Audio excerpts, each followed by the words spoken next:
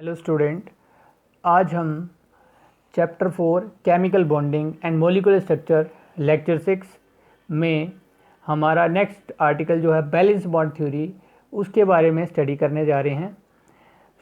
उसको हम स्टार्ट करते हुए सबसे पहले ये जान लेते हैं कि बैलेंस बॉन्ड थ्योरी होती क्या है। ठीक है, according to valence bond theory, electrons in a molecule occupy atomic orbitals. जो इलेक्ट्रॉन होते हैं किसी मॉलिक्यूल के, वो क्या करते हैं, एटॉमिक जो ऑर्बिटल्स होते हैं उसमें प्रेजेंट होते हैं, rather than molecular orbital. Molecular orbital में वो प्रेजेंट नहीं होते। The atomic orbitals overlap on the bond formation. जब भी एटॉमिक ऑर्बिटल में कोई बॉन्ड बनता है तो वो क्या करते हैं, एक दूसरे के साथ ओवरलैप करते हैं। And the larger the overlap, जितना ही ज़्यादा वो ओवरलैप करेंगे एक दूसरे के ऊपर बॉन्ड बनाने के लिए, उतना ही बॉन्ड जो है स्ट्रॉन्गर होता है। ये किसने बोला था, बैलेंस बॉन्ड थ्योरी ने। उसके कुछ एक पोस्टुलेट्स है बैलेंस बॉन्ड थ्योरी के, जिसको हम डिटेल में डिस्कस करेंगे यहाँ। The important postulates of valence bond theory are listed below. First था कि जो covalent bonds are formed when two valence electrons. Valence electron कौन से होंगे, जो हाफ फील्ड होंगे। ठीक है, covalent bonds are formed when two valence orbitals belonging to two different atom. Valence orbital हैं और दोनों डिफरेंट एटम्स के हैं, और वो क्या कर रहे हैं, एक दूसरे के ऊपर ओवरलैप कर रहे हैं। तो the electron density in the area between the two bonding atom increasing. Electron density क्यों बढ़ेगी, क्योंकि वो एक दूसरे के ऊपर लाई करेंगे तो नेचुरली वहाँ इलेक्ट्रॉन बढ़ जाएंगे। इलेक्ट्रॉन बढ़ेंगे तो उनका जो डेंसिटी है वो भी इंक्रीज करेगी, क्योंकि ओवरलैपिंग जो हो रही है। तो thereby increasing the stability of resulting molecule. तो इलेक्ट्रॉन ज़्यादा होंगे तो उनकी स्टेबिलिटी भी क्या करेगी, इंक्रीज कर जाएगी। उसके बाद सेकंड था the presence of many unpaired electrons in the valence shell of an atom enables it to form multiple bonds with other atom। अगर काफ़ी सारे अनपेयर्ड इलेक्ट्रॉन प्रेजेंट होंगे बैलेंस शेल में तो नेचुरली जो बॉन्ड फॉर्मेशन होगी वो भी मल्टीपल होगी, मतलब सिंगल डबल ट्रिपल ये नहीं, उससे ज़्यादा बॉन्ड बन सकते हैं। तो the paired electrons present in the balance shell do not take participate in the formation of chemical bond। जो भरे होंगे इलेक्ट्रॉन बैलेंस शेल में वो पार्टिसिपेट नहीं करेंगे केमिकल बॉन्ड बनाने के लिए। बैलेंस बॉन्ड थ्योरी बोलती है कि जो अनपेयर्ड इलेक्ट्रॉन होंगे वही बॉन्ड बनाने का काम करेंगे, पेयर्ड इलेक्ट्रॉन बॉन्ड पार्टिसिपेशन में भाग नहीं लेंगे। ठीक है, थर्ड पोस्टुलेट था कि covalent chemical bonds are directional. जितने भी कोवलेंट बॉन्ड्स होते हैं केमिकल, वो डायरेक्शन होती है, उनकी एक डायरेक्शन होती है। And are also parallel to the region. और वो किसके पैरेलल होते हैं, उस रीजन के पैरेलल होते हैं जहां एटॉमिक ऑर्बिटल क्या करते हैं, ओवरलैप करते हैं। फोर्थ उसने बोला sigma bonds and pi bonds differ in the pattern that the atomic orbital overlap इन।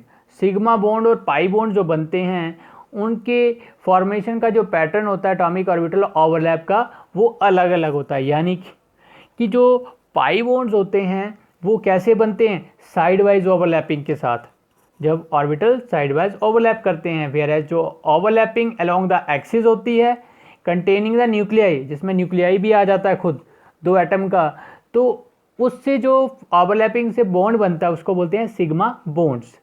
ठीक है, उसके बाद कुछ एक इसकी लिमिटेशन सी बैलेंस बॉन्ड थ्योरी की। द शॉर्ट कमिंग भी बोल सकते हो आप, ड्रॉबैक्स भी बोल सकते हो। The shortcomings of valence bond theory include, उसने सबसे पहले तो ये थी कि failure to explain the tetravalency exhibited by carbon, की कार्बन जो वो टेट्रावैलेंसी क्यों एग्जिबिट करता है उसको एक्सप्लेन नहीं कर पाया। No insight offered on the energy of the electron, electron की एनर्जी कितनी होती है उसके बारे में भी कुछ एक्सप्लेन नहीं किया उसने। The theory assumes that electrons are localize in specific area. Theory बोलती है कि जो इलेक्ट्रॉन है एक स्पेसिफिक एरिया में लोकलाइज होते हैं, क्यों होते हैं उसकी कोई एक्सप्लेनेशन नहीं। नेक्स्ट उसने बोला it does not give a quantitative interpretation of the thermodynamic stability और काइनेटिक स्टेबिलिटी जो किसी कोऑर्डिनेशन कंपाउंड की, उसके बारे में कुछ नहीं बताया। नो डिस्टिंक्शन बिटवीन वीक और स्ट्रॉन्ग लिगेंड्स होते हैं, मेटलाइन के साथ अटैच्ड होते हैं, उनके बीच में क्या डिफरेंस होता है उसके बारे में कोई एक्सप्लेनेशन नहीं थी उसके पास। No explanation for the colour exhibited by coordination compound, coordination compound जो अलग अलग कलर जो हैं वो क्यों एग्जिबिट करते हैं उसकी कोई एक्सप्लेनेशन नहीं दे पाया। तो ये 6 पॉइंट्स थे जिसकी वजह से जो बैलेंस बॉन्ड थ्योरी है वो फेल हो गई थी। उसके बाद कंसेप्ट आया ओवरलैपिंग ऑफ एटॉमिक ऑर्बिटल। वैसे वो तो बेस था, बैलेंस बॉन्ड थ्योरी ने ही दिया था ये कंसेप्ट, उसी के ऊपर बेस था।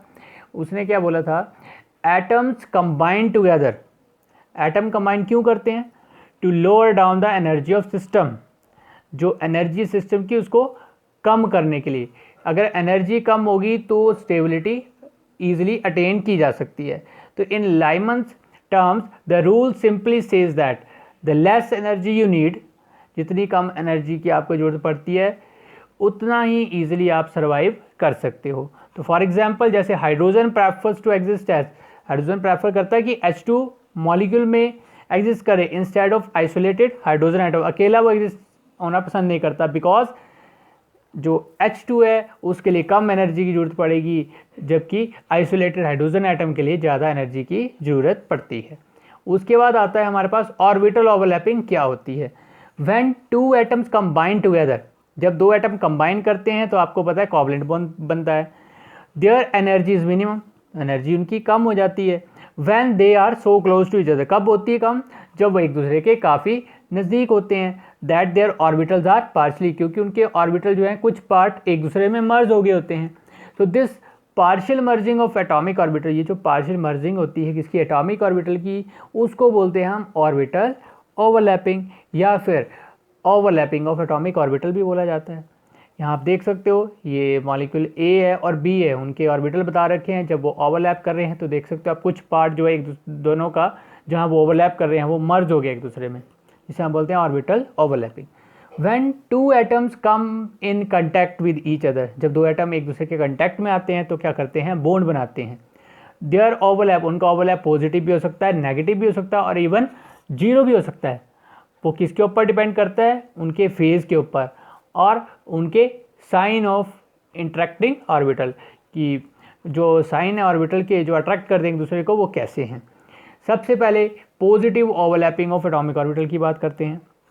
When the phase of two interacting orbital is same, phase मतलब पॉजिटिव पॉजिटिव को इंटरेक्ट करवा रहा है, उन बॉन्ड बन रहा है, नेगेटिव नेगेटिव के साथ बना रहा है। तो उसमें क्या होता है? When the phase of two interacting orbital is same then the overlap, तो ओवरलैप कैसा होगा? पॉजिटिव होगा। And in this case bond बनेगा। The phase of the two interacting orbital, plus भी हो सकता है दोनों का, माइनस में भी हो सकता है, comes from the sign of orbital, orbital के साइन से ये वैल्यू आएगी, जिसको हम बे फंक्शन भी बोलते हैं। And is not related to the charge, charge से कोई रिलेशन है। अगर चार्ज की बात करें तब तो पॉजिटिव और नेगेटिव ही अट्रैक्ट कर सकते हैं।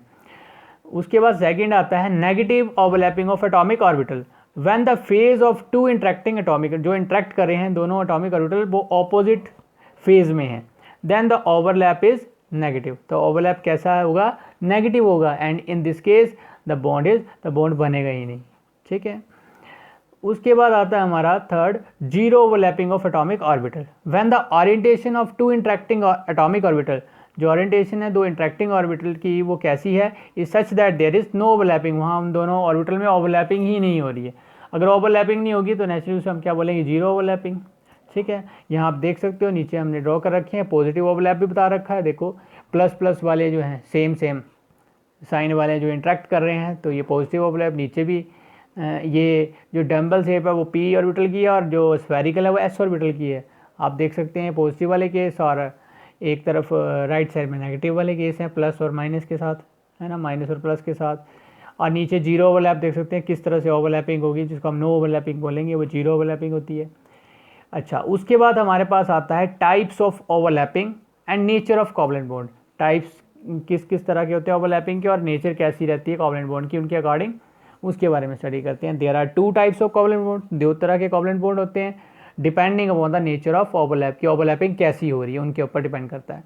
एक होता है सिग्मा बॉन्ड और दूसरा होता है पाई बॉन्ड। सबसे पहले हम सिग्मा बॉन्ड की बात करते हैं।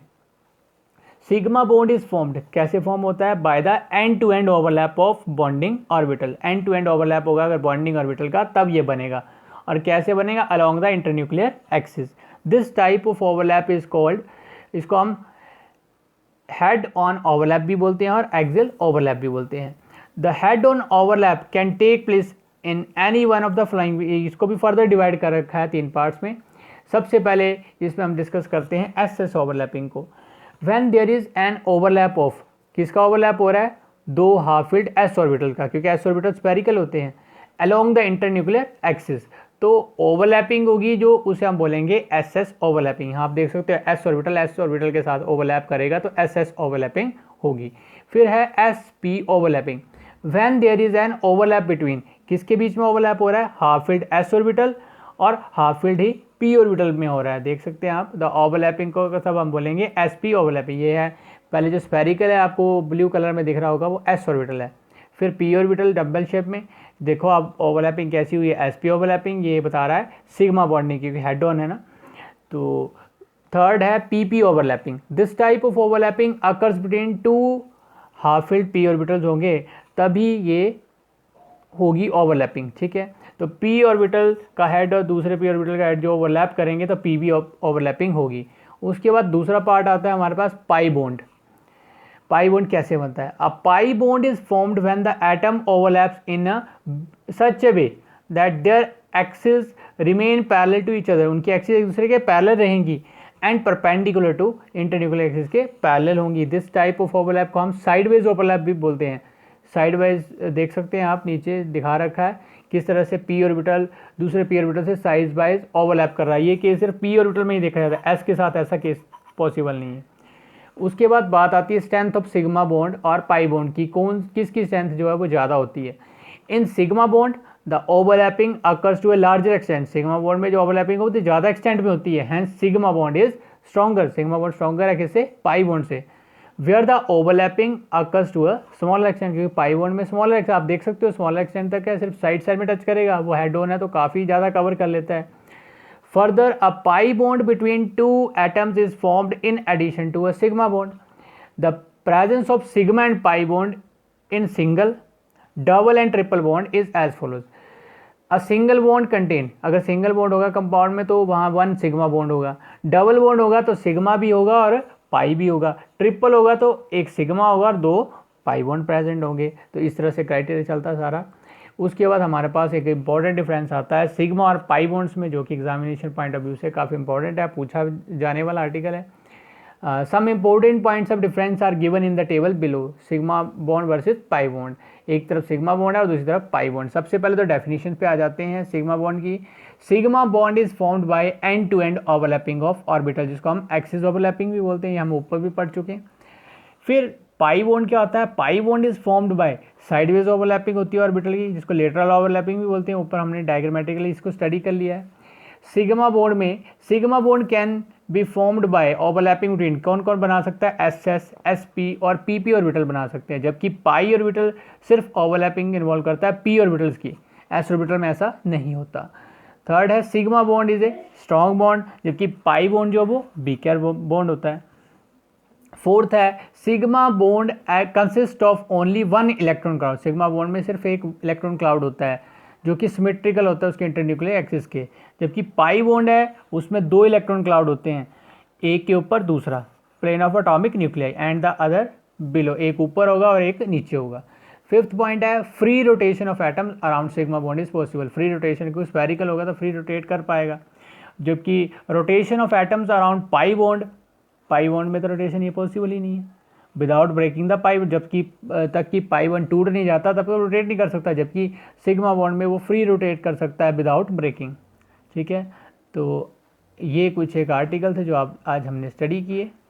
आज हमने बैलेंस बॉन्ड थ्योरी के बारे में पढ़ा है, उसके कुछ एक पॉस्टुलेट स्टडी किए हैं, उसकी लिमिटेशंस के बारे में पढ़ा, फिर हमने ऑर्बिटल ओवरलैपिंग के कंसेप्ट को स्टडी किया जिसमें हमने पाई और सिग्मा बॉन्ड के बारे में पढ़ा, जो कि काफ़ी इंपॉर्टेंट आर्टिकल थे।